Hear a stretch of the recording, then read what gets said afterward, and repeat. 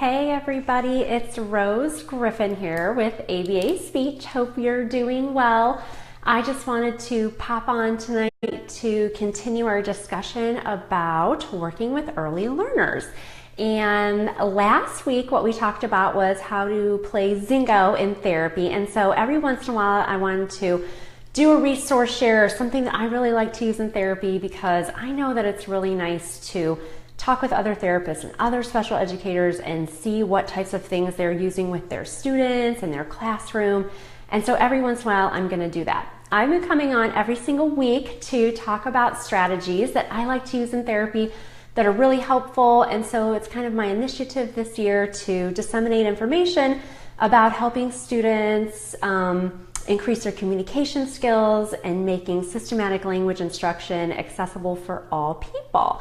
And so I hope that these little bits of information are helpful. So if you're just joining me tonight, we're going to continue our conversation about manding.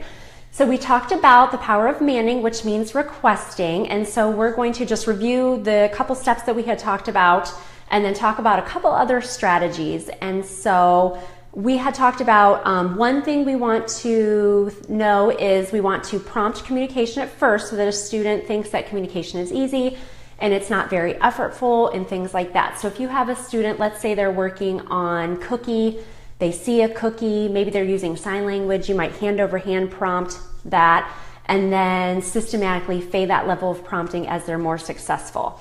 And so that what type of response form a learner is going to have is a whole other conversation and something that we could spend all day training talking about. So a learner could either communicate with sign language or an AAC device or a picture exchange communication system verbally, or maybe communicating with all those different response forms. And so that's really a decision that's made up based on the team, the learner, and things like that. Number two that we had already talked about is make sure a student has the MO for the item or a powerful reinforcer. We want to make sure that they're motivated for it. So when I say MO, I mean motivated. We talked about making sure that a learner, we know what types of things are reinforcing for them. And we talked about doing a preference assessment. So like or comment if you were able to do a preference assessment. Since we had talked about that last time, I had shared that one that I love so much. And so we want to make sure that we're working on having a student request for their very most favorite things. Okay, if a student just kind of likes something, we don't want to start there. We want to start with things they love the most. So if you have a student who really loves Super Y, or you have a student who really loves chips, and you love a student who likes to take a walk and listen to music, then you start with all those different types of things. We also talked about making sure that when we're working on mands that we work on, and when I say mand, I just mean request, teaching a student to request. And what we found is that when we start working on requesting, a learner learns, hey, my communication is really powerful. I do something, I get something. I sign cookie, I get cookie. I sign walk, we take a walk. And so we validate every single request when a student is learning to request, because then that really increases their ability to communicate with the world and increases their independence as communicators, which is definitely our end-all goal.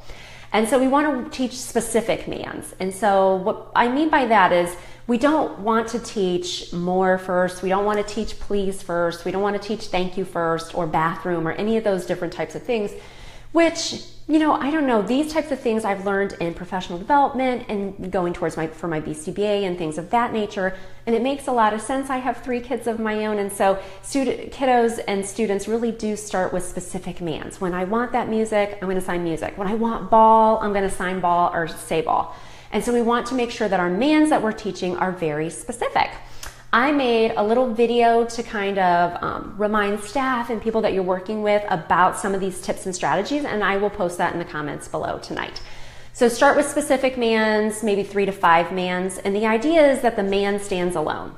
So you want to make sure that whatever you're teaching, that if a student signs ball, that somebody would see that and know, oh, that student wants a ball. Or if a student wants to go outside and they say outside, that the student, the paraprofessional or the teacher knows, oh, the student said outside, they want to go outside. That we don't have to ask them, what do you want? Because they're already telling us, okay? And there's a lot more to this than just these little bursts of information. Remember, this is just general advice. If you're joining us tonight, we're talking about requesting.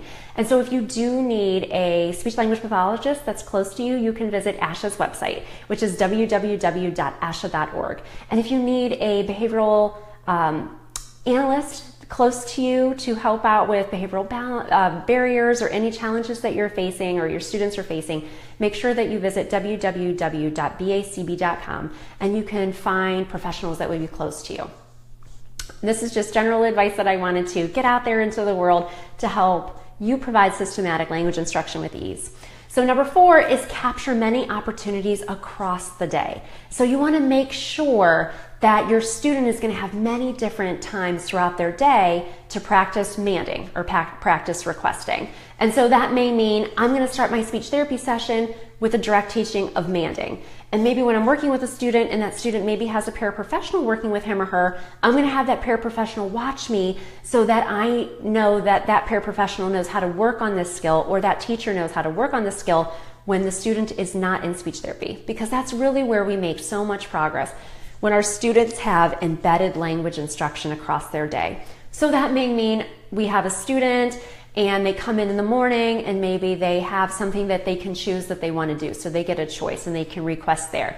And then maybe they have speech therapy and we do a manding session there. Or maybe the student's not communicating at all and that's the focus of our session is manding. And so maybe it's snack time and they work on manding during snack time. Maybe it's time to go outside and they mand for the different types of things they want to do outside. Then maybe it's centers time, depending on how old the student is, or you go to the gym, it's open gym, and the student mans for whatever they want to do during that time. And so the idea is, can we capture and contrive many opportunities across a learner's day so they have a lot of different time and a lot of different opportunities to work on requesting? The next strategy that I wanted to talk about is that we want to avoid killing a student's motivation. Okay, so if we have a student who has a really limited amount of things that they enjoy, which we talked about this type of student, we want to make sure that we're not making the student request that thing every single time they get that thing. Because what you may do is you may just like kill the joy for that item. So a student may really love the iPad, or a student may really love watching a movie, but if they have to request it every single time, they may think like, oh, this is too hard, I don't really want this thing anymore. Okay, I used to just get it all the time, now you're making me do a sign or say something for it, and then there's one less thing that the student engages in. Okay, that's just a general statement. Just make sure that you're constantly asking your student, what's your MO today? What are you into today? Is it a Starbucks day? Is it a Dunkin' day? Right? That's what I always say for myself. What are you into today? So I always ask myself that in the morning when I'm getting my coffee. So we need to make sure that we're cognizant of that and that we're asking our learners that. Just because they liked the iPad yesterday doesn't mean that today they're not going to like bubbles, or they're not going to want to take a walk, or they're not going to want to read a book. So we need to make sure that we respect their motivation and what they're into that day, because as we know, motivation changes and it ebbs and flows. So if you're just joining us, we're talking about manding. And so we were talking about sometimes you need to give some items for free. You don't want a student to have to request for something every single time that they want something, because they may just not request that item anymore. So just to kind of recap what we talked about is that you want to make sure that you're prompting communication at first to make sure that it's easy. So if a student is using sign language, you might use a full physical prompt to go in and help the student. You also want to be cognizant of how much you're prompting, and once the student's more successful and more independent, that you're fading that level of prompting. That's very important. You also want to make sure that a student has a motivation for an item. So if a student looks like they really want something, then you can have them request it. If a student signs ball, but then you give it to them and they don't want it, don't make them engage in the ball. That's not what they wanted. Okay, so if you're just tuning in, we're recapping some of the different strategies when you're working with students who are just developing a response form. Number 3 is teach specific mands. We want the man to stand alone. Ball, cookie, candy, walk. We want it to be specific. We don't want to teach more. When we teach more, somebody has to say more of what? We're not sure. We don't know what the reference is. So the man stands alone. Okay, that's how I remember it. I also made a little Powtoon video that I'm going to post in the comments below that you could share with staff when you're working on manding. Number 4 is capture many opportunities across the day. We want to make sure that our language instruction is embedded, that there's many opportunities, that we're not the only person that's working on communication, right? speech therapy is very powerful and ABA is very powerful, but when we do them collaboratively, or if we're training paraprofessionals and we're training teachers so that everybody on the team knows exactly what we're talking about, that's when we get more bang for our buck. And the parents, obviously, they're super important members of the team. Number 5 is don't always make the student request every single time they need something, okay? Because you don't want to kill their motivation for an item. So they may really love something, but if you make it too effortful, then they may think, well, I'm not gonna ask for that anymore.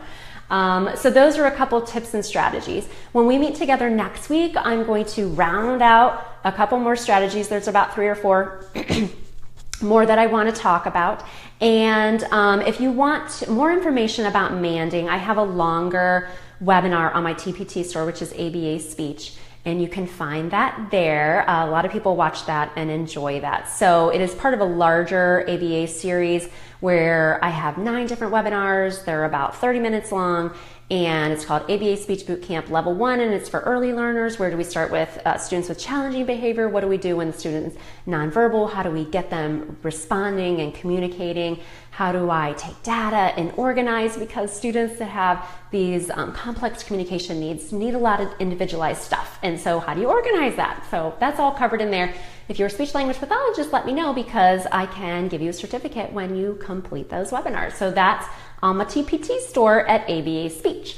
I also want to make sure that you sign up for my website, www.abaspeech.org, because what's going to go live on October 11th, if you're signed up, is a Manding freebie, a checklist. So it's going to have all these different strategies that we've talked about through some of these ABA Speech Lives on there. So if you are trying to work with students who are nonverbal or limited verbally, and you say, hey, we're gonna work on Manding, and I really think that we need to work on this, and these are some strategies that you can use. So you could have it in that learner's work area, or you could go over to a staff meeting, and they would just be good reminders, because I know that I really like visuals, and I do better with visuals when I'm learning. I also wanted to let you know that next week we're going to finish talking up about Manding, and then we'll move on to some other stuff that is going to be helpful and use in your practice to help you provide systematic language instruction for all learners.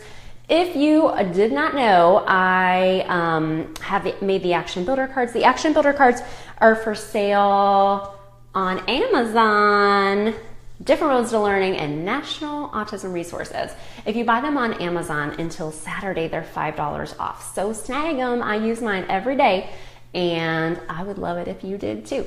So I think that's all I wanted to cover. Oh, the Action Builder cards are going to be on the move. So if you saw last month, the Action Builder cards pop up in different places.